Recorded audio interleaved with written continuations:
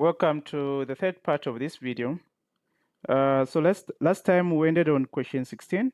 So let's start from question 17. And question 17 says A, B, C, and D are points on the circumference of a circle center O such that angle OBC equals 40 degrees, angle DCA equals 32 degrees, and TR is a tangent to the circle at B. The diameter AC and chord BD intersect at X. So the questions find ABT and B finding the angle OAB, and then you have C finding angle CXD. So let's begin with the first part, which is finding the angle ABT. When you look at the angle ABT, it is here.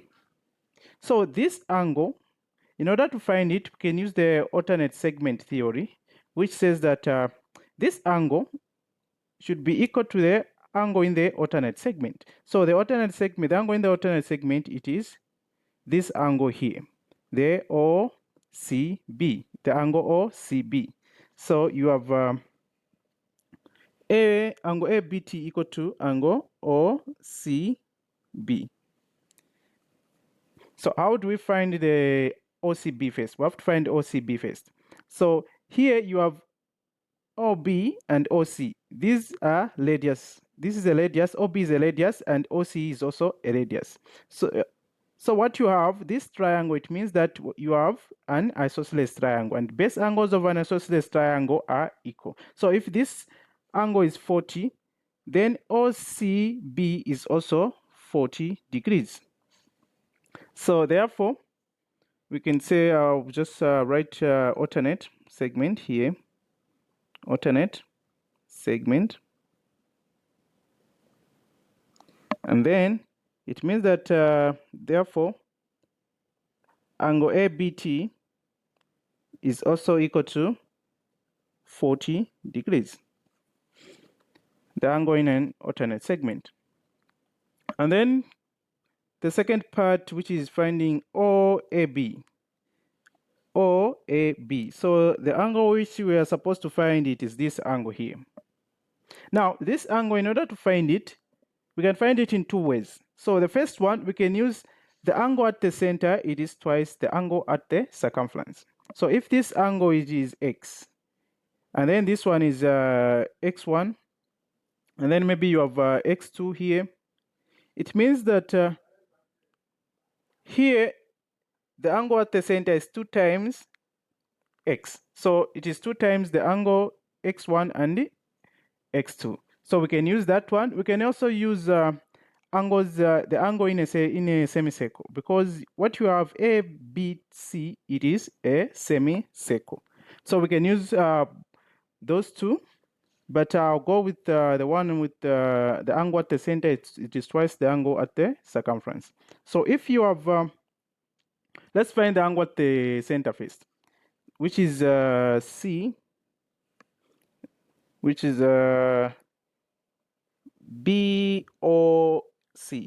So BOC, it will be equal to 180 degrees and then minus 40 degrees plus 40 degrees. And then you have 180 degrees minus, when you add these two, it gives you 80 degrees.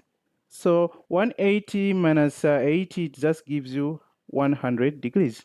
So here you have 100 degrees. So it means that in order to find the angle OAB, the angle OAB, it is equal to B angle BOC, and then divide by 2. And then you know that this angle BOC, it is 100 degrees, and then you divide it by 2. It means that the angle OAB equals 50 degrees. It is equal to 50 degrees. So we have it there. So this one, we said it is 40 degrees, and then this one, it is 50 degrees. So we can go to the third part of the question, which is asking us to find the angle CXD. CXD. So we have CX and D, so it is the angle here. It is the angle there. So where you have x1 here, we found that it is 50. It means that even here, it is also 50. Angles on the same segment, or just you can say the angle at the center, it is twice the angle on the circumference. So here you have 50, and then there you have also 50. And then the only missing one, it is x. So we can find now the third part of the question, which is angle CX D will be equal to 180 degrees minus 50 degrees and then plus 32 degrees. You have 180, and then when you add these, you get is it 82 degrees. And then when we subtract this, the answer should be 98 degrees. 98 degrees. So the angle CXD, it is equal to 98 degrees. So we are done with this question. We can move on and look at other questions as well.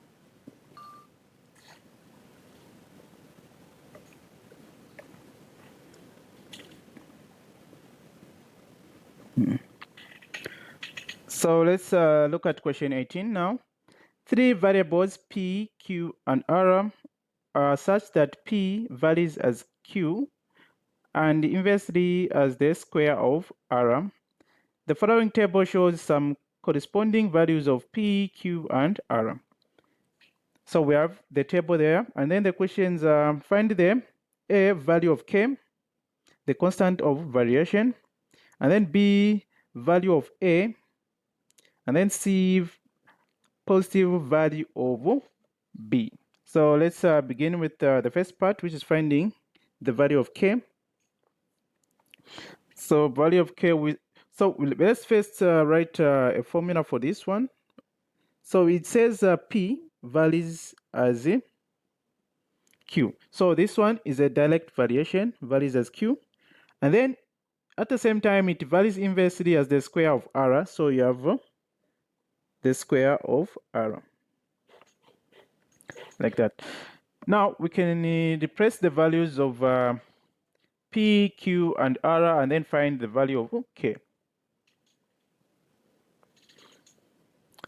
So what is P? Let's use the first one, the first column. The values in the first column, this column, is the one we are picking. So for P, you have 9, and then K, we don't know it. But we have Q, which is 12. So let's write 12K. And then R, you have it as 2. We can write 2 and then square 2. And then let's rewrite 9 and then 12K. And then let's find the value of 2 squared. So 2 multiplied by 2, it just gives us a 4. And then from here, you can say 4 into 12. 4 into 4, it's 1. 4 into 12, it is 3. So you have 3K equals 9. And then divide by 3. Divide by 3. This 3 and this 3 will cancel. And then you have 3 into 9, it is just 3. So the value of K, it is 3. So we are done with the first part. Let's look at the other part of the question, which is B. So B is asking us to find the value of A. So in finding the value of A, let's go where A is. So A, it is here. It means that we are using the values in this column. Values in this column. So let's write P, K, Q, and then the square of R. Now let's replace what we have for the values. So P, it is A. And then K, we have it as 3. And then Q, what you have for Q, it is 42. So you have 3 multiplied with 42. And then the value of R, it is 3. And then you square the R. Let's write A. And then equal to 3 multiplied by 42. When you multiply 3 by 42, you have 126. 126. And then 3 to the power 2, you have it as 9. So let's divide 9 into 126. 9 into 126, this gives us 14. 14. So 9 into 26, it is 14. The value of A, we have it as 14. So now let's go to the third part of the question, which is finding the positive value of B. Positive value of B. All right, so C, we write P equals K Q over R squared. And then in this one, we are using this column. So the value of P, you have it as 6. And then 3, K, you have it as 3. And then this 3 multiply it with the value of Q, which is 72. And then divide by B. The value of R, it is B, so you have B, and then square it.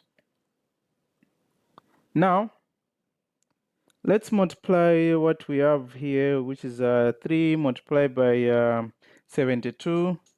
When you multiply 3 by 72, what you get is 216, and then over B squared. Now, let's cross multiply these. We can cross multiply.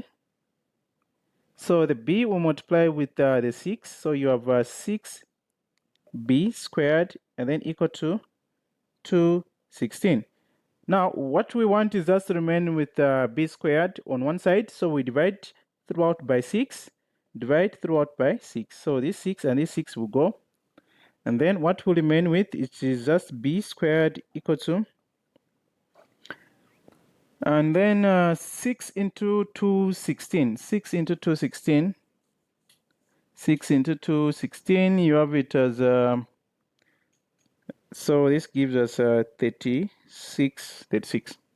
And then we have to eliminate the power 2. How do we do that? We introduce a square root on both sides. Introduce a square root on both sides. Now, this question is asking us to find only the positive value of B. So you don't necessarily have to put the plus or minus at the front here. Normally, we put plus or minus, but since they're asking us only to find the positive value of B, you don't necessarily have to include these.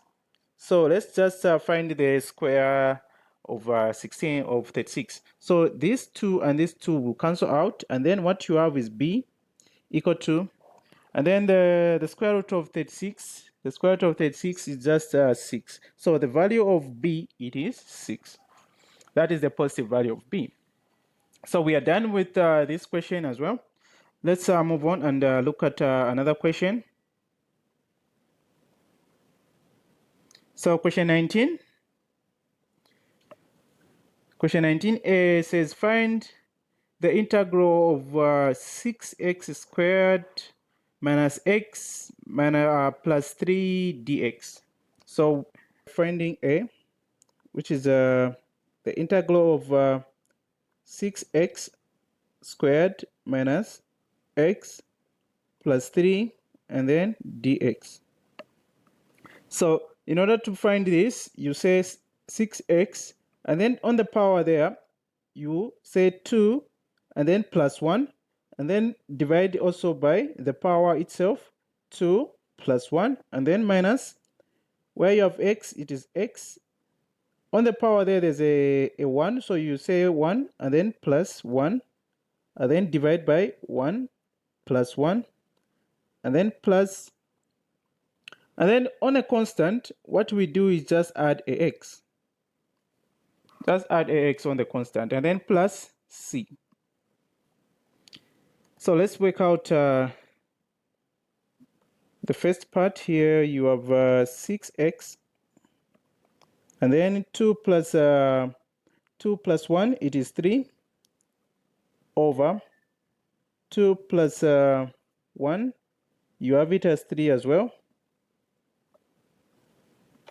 And then the second one, it is minus x. So 1 plus 1, you have it as 2, and then over 2, and then plus 3x plus c. Now 3 can go into 6. So what you have there, it is just 3. It is not 3, it is 2. 3 into 6, it is 2. So you have 2x to the power 3, and then minus. This one can be 1 over 2 x to the power 2, and then plus 3x plus c. And you are done. You have integrated this function. We can go to the second part, which is finding b. So on b, we have on the diagram, in the answer space, draw triangle N, the image of triangle M under a translation T equals -2 and then 1. All right, so we have a transformation. So this is transformation, a question on transformation, and specifically on translation. So let's identify the points.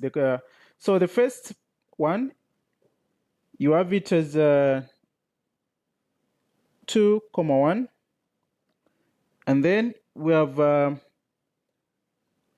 5, 1 as well, and the last one, we have it as 5, 3. Now, all these points must be shifted using this translation matrix. And the translation matrix is -2 and then a 1. So it means that for the x coordinate, they will be shifted to the left 2 steps to the left. And then for the y coordinates, they'll shift up by 1 step. So it means that each coordinate for the x, so let's begin with this one, the first one, 2, 1. So this one, when you shift it to the left by 2 steps, so you have a negative, you have 2, and then minus 2. And then for the y coordinate, it says it is shifted upwards, or it's shifted upwards by 1 step. So you have it as 1 and then plus 1, which will just give us 2,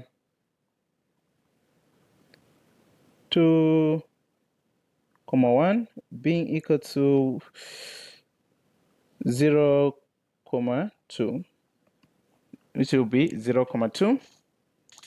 And then the other point, it is 5,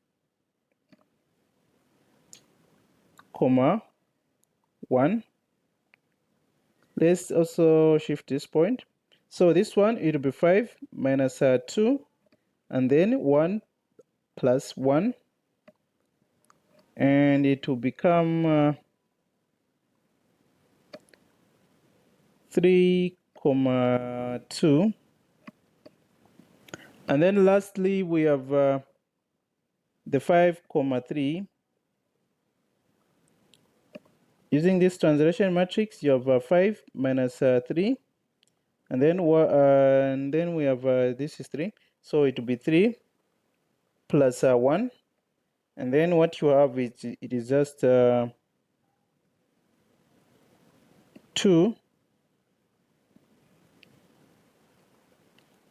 5 minus 2, so it will be 5. Sorry, not 5. It will be 3, 4. 3, 4. So now let's use these coordinates. Let's plot these coordinates. So we have the first one, it is 0, 2, so it is here. And then the second one, it is 3, 2. 3, 2, so it is here. And then the last one, it is 3, 4. So it is somewhere there. And then we can join these points now. We can join these points.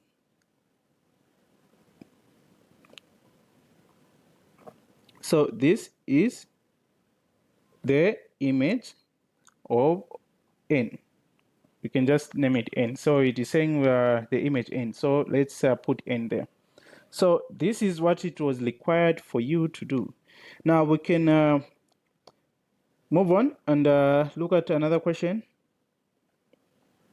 Question 20 says the vector A equals 7 and then 2, and then B you have m minus 3, and then C it is 5n such that A plus 2B equals C.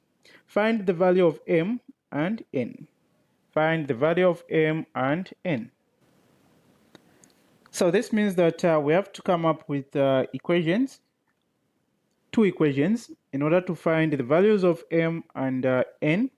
So let's get 7 and then plus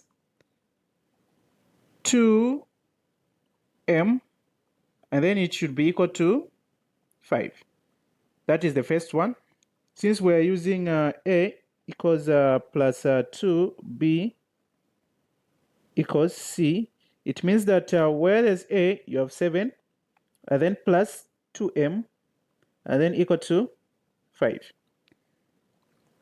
That is the first one. And then the second one, you have 2, and then you have negative 3, and then n. So you have 2 plus 2, and then where there's b there, b it is negative 3. So in brackets, we'll put negative 3. And then it is equal to n. So this is the first equation. And then you have the second equation. Let's solve the first one. 7 plus 2m equals 5. In order to find m, let's isolate it on one side. So you have 2m, and then the 7 will go where you have 5 there. So it will be 5, and then it is positive. When it goes to the other side, it becomes negative. So it will be negative 7. And then 2m, 5 plus 5 minus 7, you have it as negative 2. And then we can divide 2 on both sides in order to remain only with m. So this 2 and this 2 will cancel out, and then we have m being equal to 2 divided by negative 2. It just gives us negative 1. So m, it is negative 1. And then we can solve the other equation. So we have 2 plus 2 minus 3 equals n. You have 2, and then 2 multiplied by negative 3, you have a negative 6. So it is negative 6 equal to n. 2 minus 6, this gives us negative 4. So therefore, n equals negative 4. And you are done with this one. We can solve the second part. So the second part says, in the following diagram, the sector OAB of a circle has radius r and angle AOB equals 63. Given that the area of the sector AOB is 66.55 centimeters squared, calculate the radius. All right, so let's write the formula for area of a sector. So the area of a sector is given by A equals theta over 360 degrees pi r squared. Pi r squared. And we've been told that the area of this circle, of the sector, it is 66. So where there's area, you replace with 66.55 and then equal to, and then the theta is just the angle, so you put 63 degrees over 360 degrees, and then we can multiply by pi. So we're told that pi it is 22 over 7, so multiply by 22 over 7, and then the radius, it is what we are finding. Radius it is what we are finding. Now from here we can do the calculations. Let's see the values which can cancel out here. 7 into 7 is 1, and then 7 into 63, you have it as 9. And then we can multiply this 9 with the 22 there. It will give us 198 over 360 degrees and then r squared. And then here we have 66.55. The next step is let's try to reduce these numbers. Let's see if there's a number which can go into 198 and 360 at the same time. So you have 7. 7 can go into 198, and it can also go into 360 at the same time. Oh, sorry, not 7, but 9. 9 can actually go into both of these numbers. So you have 9 into 198, it is 22. And then 9 into 360, you have it as 40. And then r squared. And then we have 66.55. The next step from here, I think let's see if we can still reduce these numbers as well. Let's see if they can further be reduced. 2, if we divide 22 by 2, it will give us 11. And then if we divide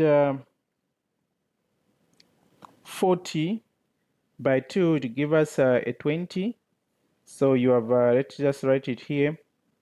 We have 666.55 equal to 2 into 22, you have it as 11. And then 2 into 40, you have it as 20. And then r squared. Now there's no number which can go into both of these. Let's try to multiply, cross multiply. We cross multiply. 20 multiplied by 66.55. So we have 11 r squared equal to 1331. 1331. And then from here we can divide both sides by 11. both sides by 11 so that we remain only with r squared. So 11 into 1331, it will give us 12, not 12, sorry. It will give us 121. 121. Now, from here, we can introduce a square root on both sides. So this and this can cancel out. And then the r will be, what is the root of 121? Root of 121, it gives us, root of 121 gives us 11 centimeters. So the radius of this sector, it is 11 centimeters. All right, so we are done with this one. We can move on and look at another question.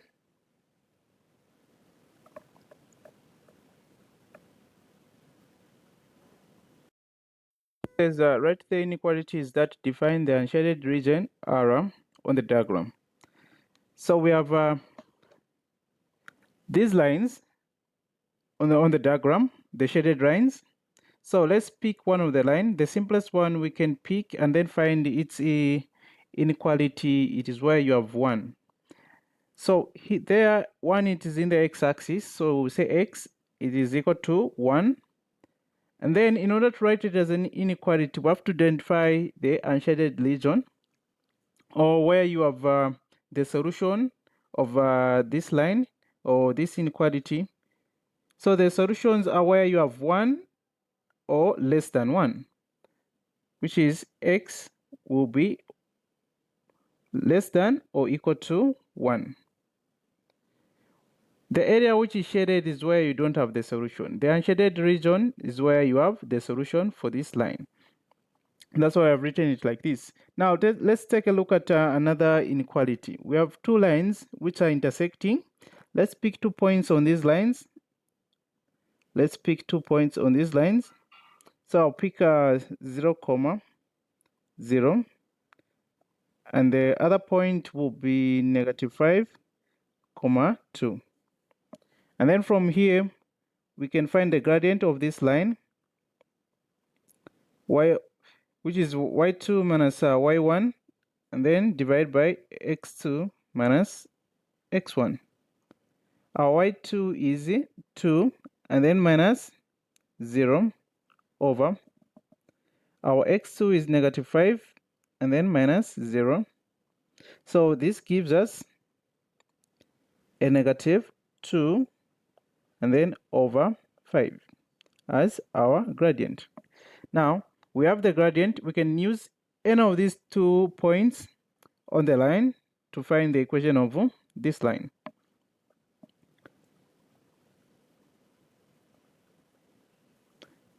So we can write y minus y1 equal to m x minus x1. And then y, let's pick the 0, 0 is the coordinates that we use. And then where there's m, we can place with the -2 over 5. And then x minus 0. And then y will be equal to, since y minus 0 is just y, so it will be y equal to, and then -5 over 2 multiplied by x will give us a -2 over 5x. And then -2 over 5 multiplied by 0 is just 0. So now we have the equation. Let's write this equation as an inequality. So when you take a look at this line, this entire line, the area which is shaded, it is this side. This is the area which is shaded. So it means that the solutions are where you have R there. Where you have R is where you have the solutions. And then where the area which is shaded, we don't have the solutions. So y will be given by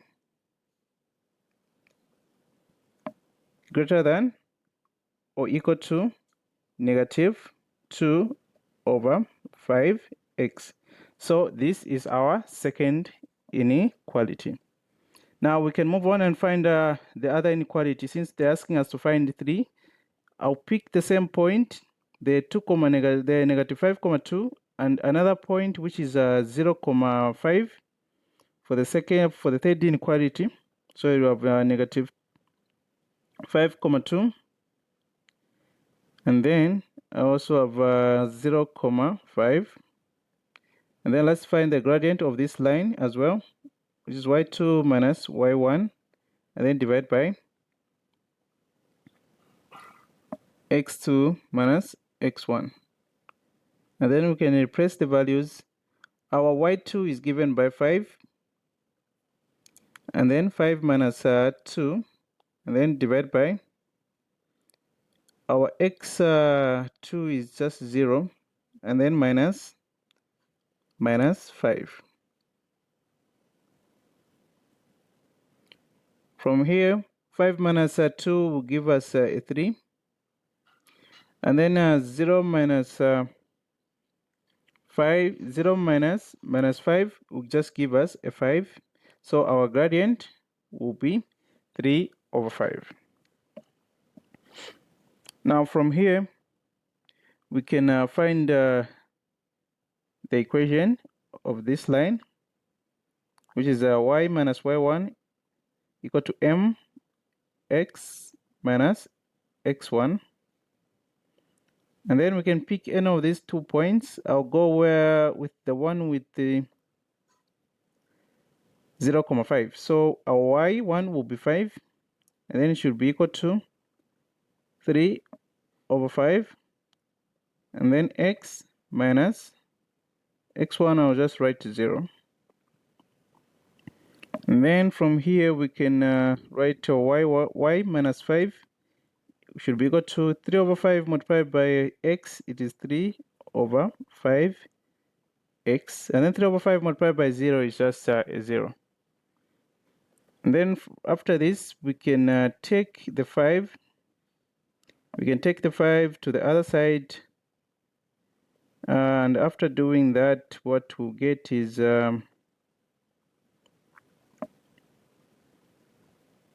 y equal to 3 over 5 x, and then the x, when it goes to the other side, it's just plus 5. And then from here, writing it as an equality, since it has dotted lines, it will be given by y. It is less than or equal to, let's just less than, not equal to. It will be just y less than 3 over 5 x, and then plus 5.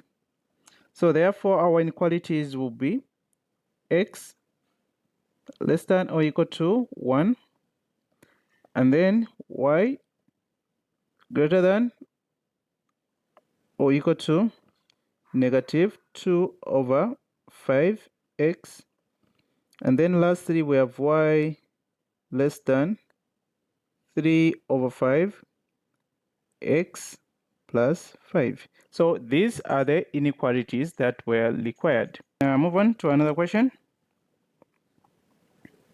So question 22 says that solve the equation x to the power 3 over 2 equals 8. Let's solve this one first. So in order to solve this one, so these are indices. These are indices. We have to put this 8 to the same base, to the same power as x. So 8 should be also expressed with having the same power as the one x has. So how do we do that?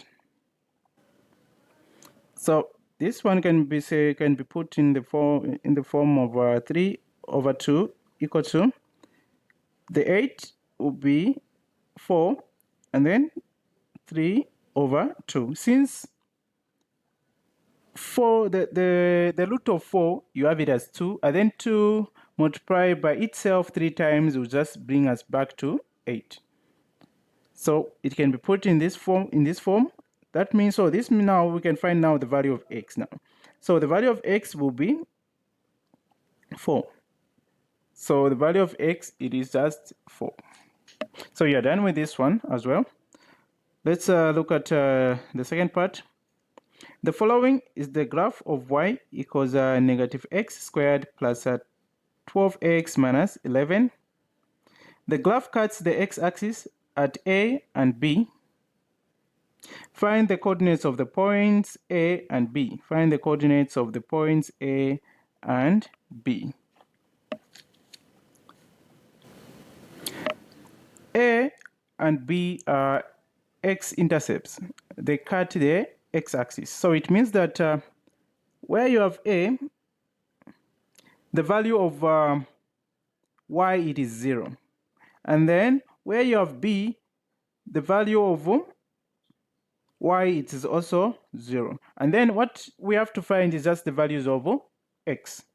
The values of x. So in order to do that, we use the formula method, which is x equals negative b plus or minus root of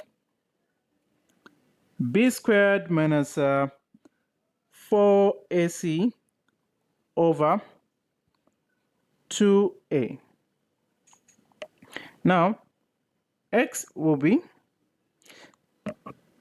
let's get the equation here, the one that we have been given, which is y equals x squared plus 12x minus 11. So it means the b, it is 12, and then plus or minus root of 12, and then square it, minus 4, and then a, it is 1, and then c, you have it as negative 11. Divide by 2, and then a, it is 1. Oh, sorry, you have it as negative 1 here. So we have negative 1 there, and then negative 1 there. Now, let's do the calculations. So this will be negative 12 plus or minus root of 12 squared. This gives us 144. 144, and then in negative 4 multiplied by negative 1, that gives us a 4, and then a 4 multiplied by negative 11, so this gives us negative 44, and then divide by negative 2. And the next step, it is negative 12 plus minus negative 144 minus 44, so this gives us 100, and then divided by negative 2, and from there we can say x equals negative 12 plus or minus, what is the root of 100? It is just 10, and then this 10 we divide it by negative 2. Now we can separate these by, or before we separate them, let's divide both of these. All right, okay, let me just write it x equals negative 12 plus 10 over 2 over negative 2, or x equals negative 12 minus 10 over negative 2. So we calculate this one, negative 12 plus 10, this gives us a negative 2 over negative 2. So the first value for x, it will be positive 1. It will be a positive 1. And then the second value for x will be given by negative. So when say negative 12 minus 10, this gives us a negative 22 and then over negative 2. So negative 22 divided by 2, negative 22 divided by, this will give us 11. So therefore, the values of A and B will be 1, 0, and then 11, 0.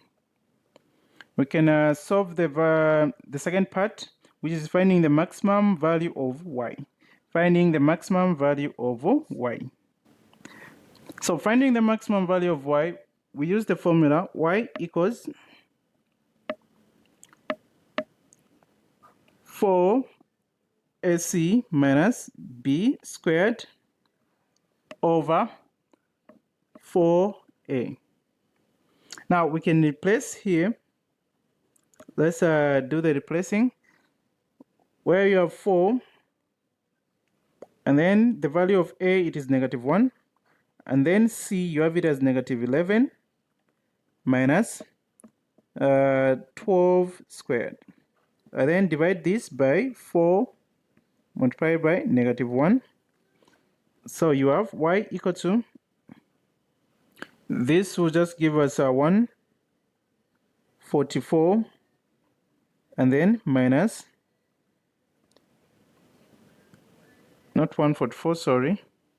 So this will give us 44, and then minus 144, and then divide this by negative 4.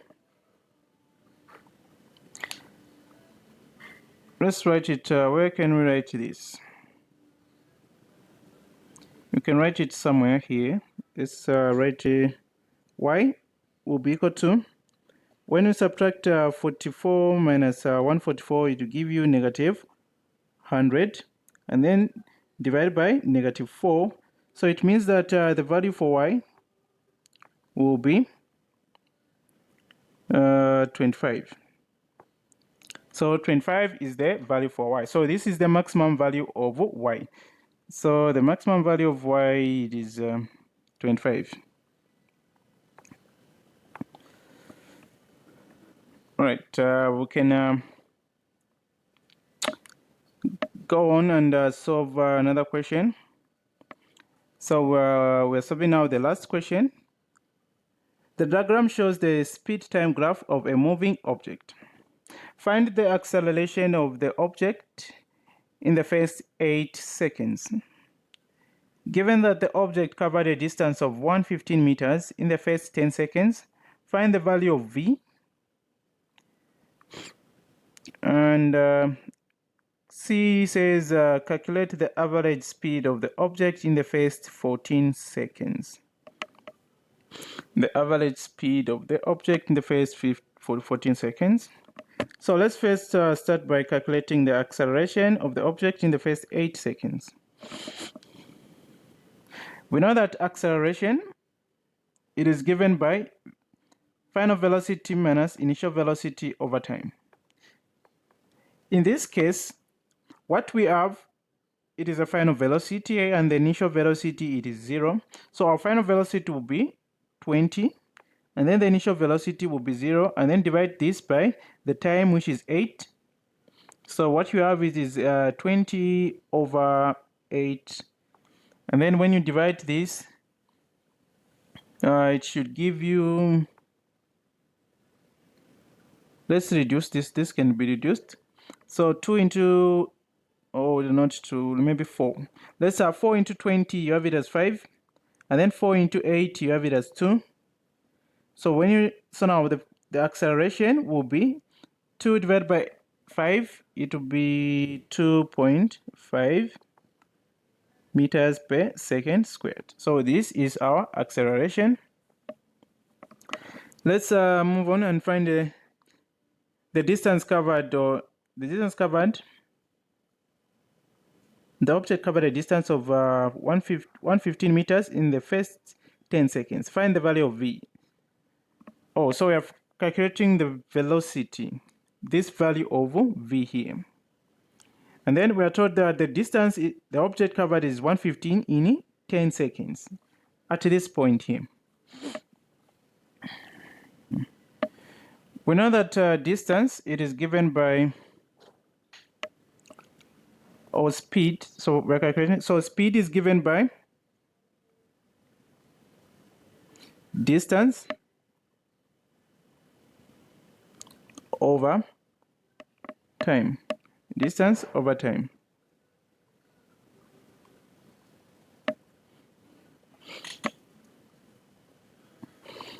So what you have, it is the distance 115 meters, and then we divide this by 10 seconds. Your speed will be 115 divided by 10. So this gives us 11.5 meters per second. So this was the speed covered in the first 10 seconds. Now, the last part is asking us to calculate the average speed of the object in the first 14 seconds. In order to calculate the average speed, we need the total distance covered during this time period.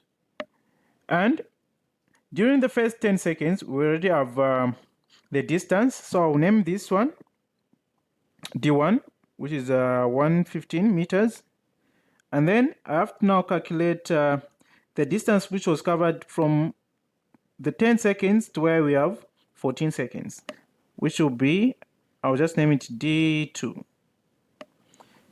So what you have here, it is a rectangle. A rectangle. And the area of a rectangle is given by L multiplied by B. L multiplied by B. So what is the L? From here to here, you have it as 11.5. And then from here to there, you have it as 4. So you have 11.5 multiplied by 4. It will give us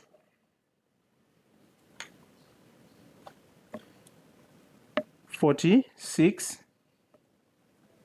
meters. 46 meters. Now we have the total distance. Let's find the total distance. So the total distance, I will just, okay, let me just write the formula for average velocity first. Average velocity or average speed. So it will be total distance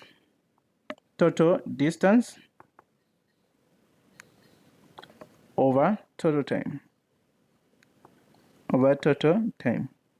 And then the total distance will be the 15 meters plus the 46 meters, and then divide this by 14.